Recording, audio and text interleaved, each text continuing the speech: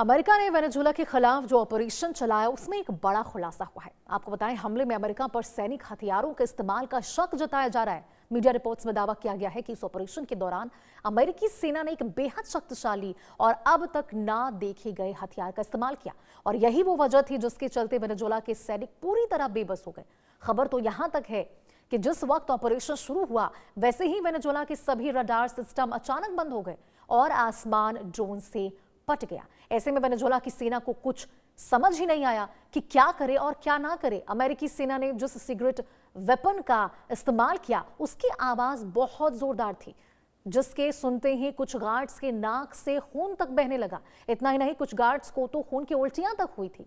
सभी सैनिक जमीन पर गिर पड़े और कोई भी खड़ा होने की हालत में नहीं था।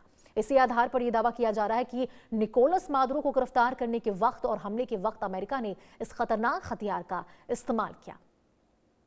तो देखिए, वो सैनिक हथियार क्या है उसके बारे में आपको बता रहे, जिसके तहत ये बड़ा ऑपरेशन जो अमेरिका की ओर से चलाया गया था और जिसके बाद वेनेजुएला के राष्ट्रपति निकोलस मादुरो को गिरफ्तार किया गया। तमाम सैनिकों के बावजूद, तमाम सुरक्षा बलों के बावजूद वहां से ये गिरफ्तारी हुई। तो वो सोनिक हथियार क्या है उसके बारे में आपको बता रहे कि नॉर्मल इंफ्रासाउंड और अल्ट्रासोनिक रेज आपको बता दें इस सोनिक हथियार के थे। 150-160 डेसिबल का शोर उत्पन्न होता है इससे, और ये शोर जेट इंजन से भी ज्यादा तेज होता है। और यही शायद वजह थी जिसकी वजह से आपको बताया जो वेनेजुएला के सैनिक थे उनको खून की उल्टियां होने लगी थी।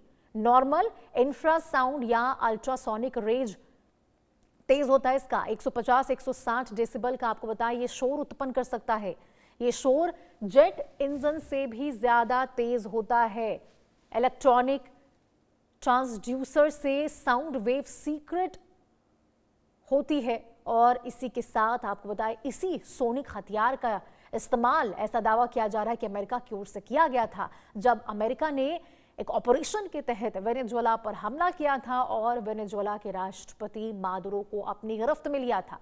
आपको बताएं, जब इस हथियार का इस्तेमाल ट्रंप की ओर से किया गया, अमेरिका की ओर से किया गया था, उसके बाद इसी आपको बताएं सोनिक हथियार के तहत जो वेनेजुएला के सैनिक थे उनको खून की उल्टियां होने लगी थी, नाक से उनके खून बहने लगे थे। ऐसा दावा किया जा रहा है कि यही वो सोनिक हथियार थी जिसका रेंज काफी ज्यादा होता है, शोर बहुत ज्यादा उत्पन्न करता है। ये 150 से 160 डेसिबल का आपको बताएं ये शोर उत्पन्न इससे होता है और ये शोर जेट इंजन से भी तेज होता है। तो आप अंदाजा लगा सकते हैं किस प्रकार से ये घातक सोनिक हथियार है जिसका इस्तेमाल अमेरिका की ओर से कहा जा रहा है कि किया गया था उस ऑपरेशन के तहत। और इसी सोनिक हथियार के चलते जो तमाम वेनेजुएला के सैनिक थे, जो जवान थे, आपको बताया उनकी नाक से खून निकलने लगा था, उन्हें खून की उल्टियां होने लगी थी। वेनेजुएला के गार्ड को खून की उल्टियां हुई थी। तो देखिए, अमेरिका के सोनिक हथियार कितना ताकतवर है, कितना जोरदार यह हथियार था जिसके तहत अमेरिका ने इस बड़े ऑपरेशन में सफलता भी पाई और यहां पे निकोलस मादुरो को गिरफ्तार किया।